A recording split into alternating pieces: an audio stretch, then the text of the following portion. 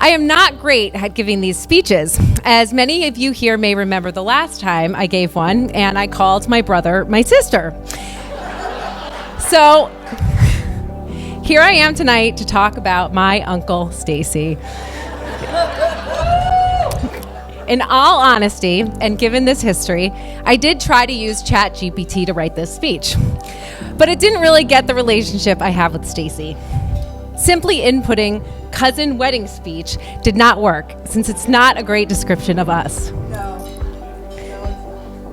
Some of my earliest memories are with Stacy, watching Grease together in Susie's den, sharing a room for holidays and at the Cape, and my most vivid, the moment of joy I had as a child at around 10 a.m. or later, when Susie finally said, "You can go wake Stacy up now."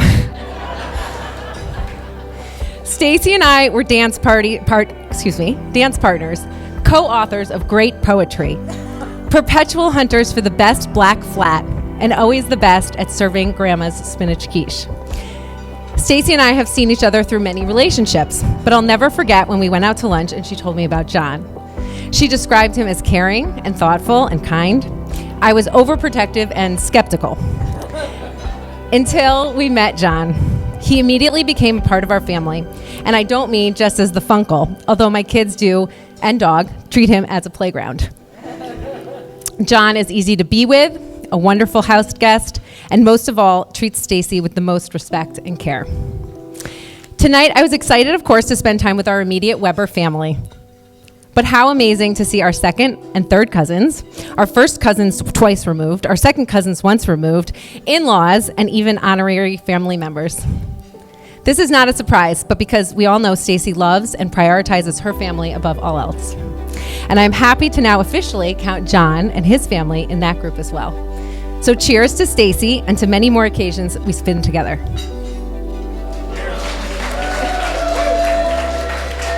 did my best. Thank you so much.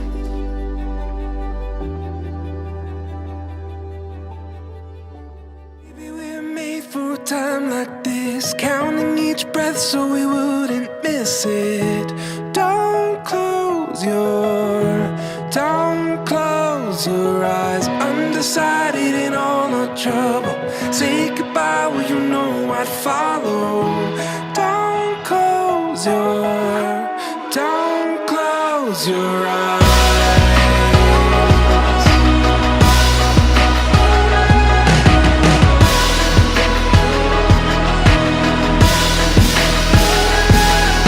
All said and done, catch your breath somehow. No, we're not the only ones watching now. Don't close your eyes. Onto something new, we'll say. Impossible isn't far away, so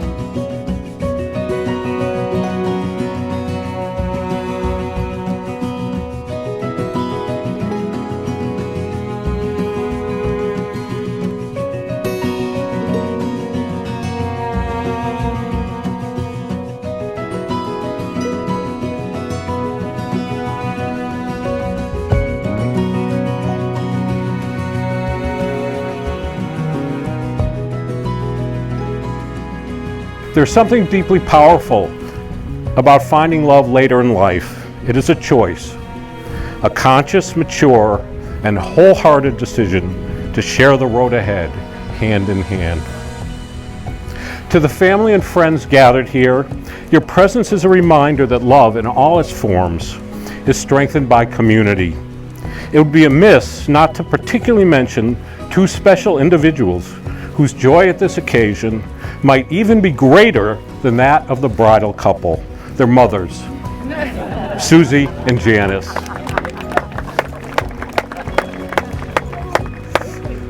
Thank you all for being witnesses not only to this commitment, but to the joy that John and Stacy have found in one another. So let us begin this ceremony with open hearts as we celebrate enduring love, the kind that is made stronger by time, sweeter with understanding, and more meaningful because it was found with intention.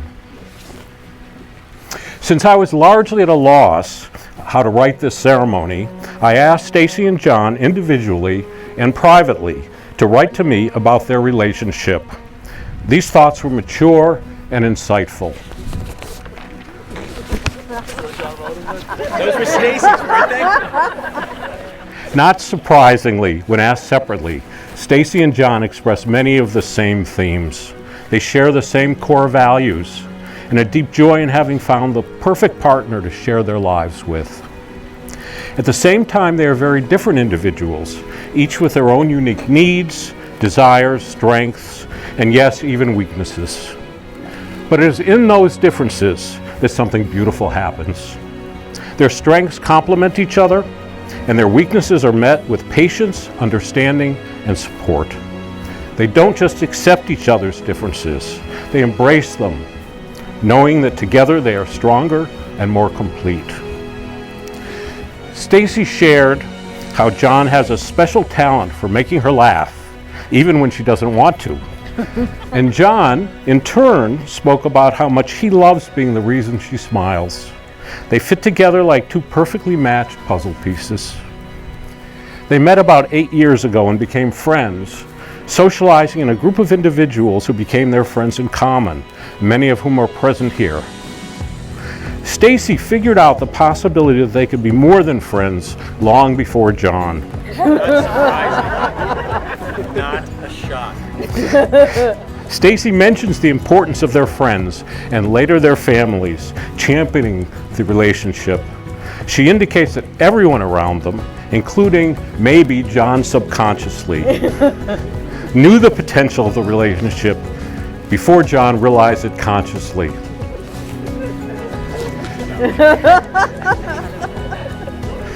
Both of them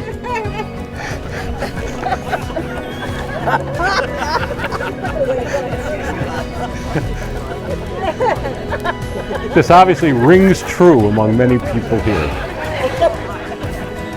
Both of them emphasize the key term of together. They use the term tsunamen, a Yiddish word which is engraved on the inside of their wedding rings. I would note that John helped me by indicating in his letter the precise pronunciation. His precision will not surprise anyone. Maybe I'll get it right. Together means they feel free to share everything, the good and the bad.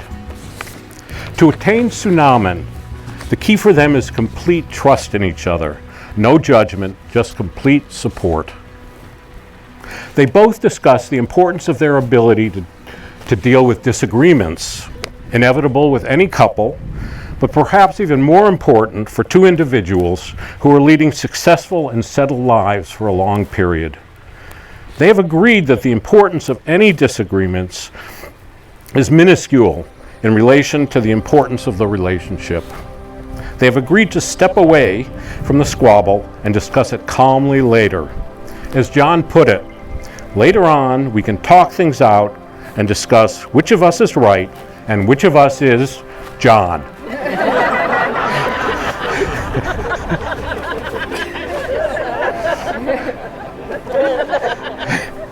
What ultimately comes through in these messages is the unconditional love and deep commitment they each have. They have both been searching for this relationship, this person, for their entire lives. And in their hearts and minds, they will be together forever. Special wedding rings are just a symbol of the vows you have just spoken, an outward sign of the inward promise, a circle of love without end. Stacy, please paste the ring on John's finger and repeat after me. With this ring, I promise to love you, honor you, and cherish you now and forever. I promise to love you, cherish you, and what else? Now and forever. Now and forever. John, please paste the ring on Stacy's finger and repeat after me. With this ring, I promise to love you, honor you, and cherish you now and forever. Is the moment we've all been waiting for. I pronounce Stacy Lynn Weber and John Joseph Capolongo, husband and wife. Feel free to share your first kiss as a married couple.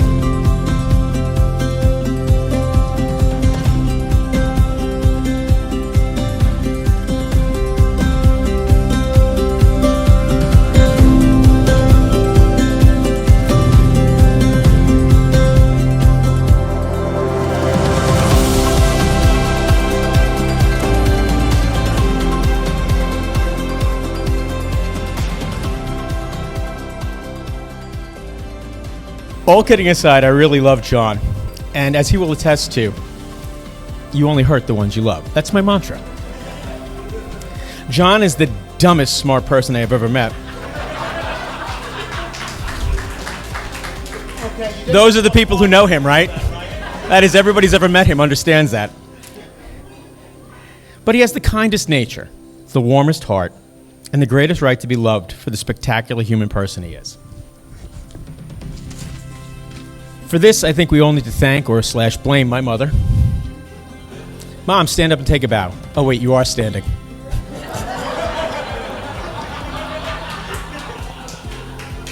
Hey, listen, Mom, 1 out of 3 is pretty good considering this one you got really well. I'd also like to take this moment to recognize someone who couldn't be here today, our dad. Dad loved John. He loved him like a son. He never understood him, but he loved him anyway. And I wish he could be here today, even though it would cost me the $20 that I bet him you'd never get married. I would consider it money well spent. Hey, wow, it's the next page. Wow, numbering pages is a really good idea. All right, John and Stacy. I'm actually going to be nice here. I don't know why, but I am. You're wonderful together. Pretty much correct, yes. You took out 6 pages of really funny stuff. You're wonderful together. You're an inspiration. You're so loving and kind to each other. And you love each other for who you are, unique as you are. It caused me to pause and realize that sometimes there really is a plan for all of us. And whether roadblocks to happiness we encounter, they're worth the payoff in the end. And yes, that is very sappy and hopeful, but then again, so is John. That means one more page. Oh, there it is. God damn, that's so good. Having it numbered works. And Stacy really seems to understand John, which is more than I ever thought was humanly possible. It's utterly remarkable knowing that I have known John his entire adult life and his childhood life, and when he was an infant. And nobody knows him. All I know after all this time is that you can't speak without using movie quotes. Payback. Yes, I think so.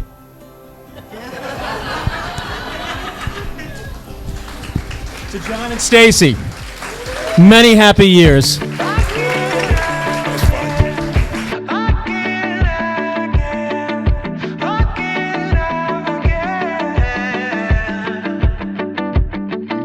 It's been a while since we felt the way we did back when we were dumb and younger.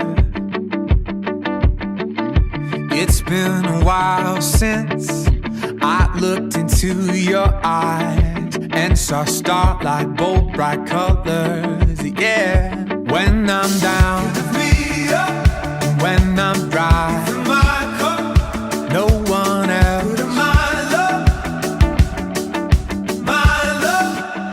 I would choose you over and over. I would choose you over and over. I would choose you over and over again, again. And after all we've been through, there's no one else for me but you. I would choose you over and over again, again, again.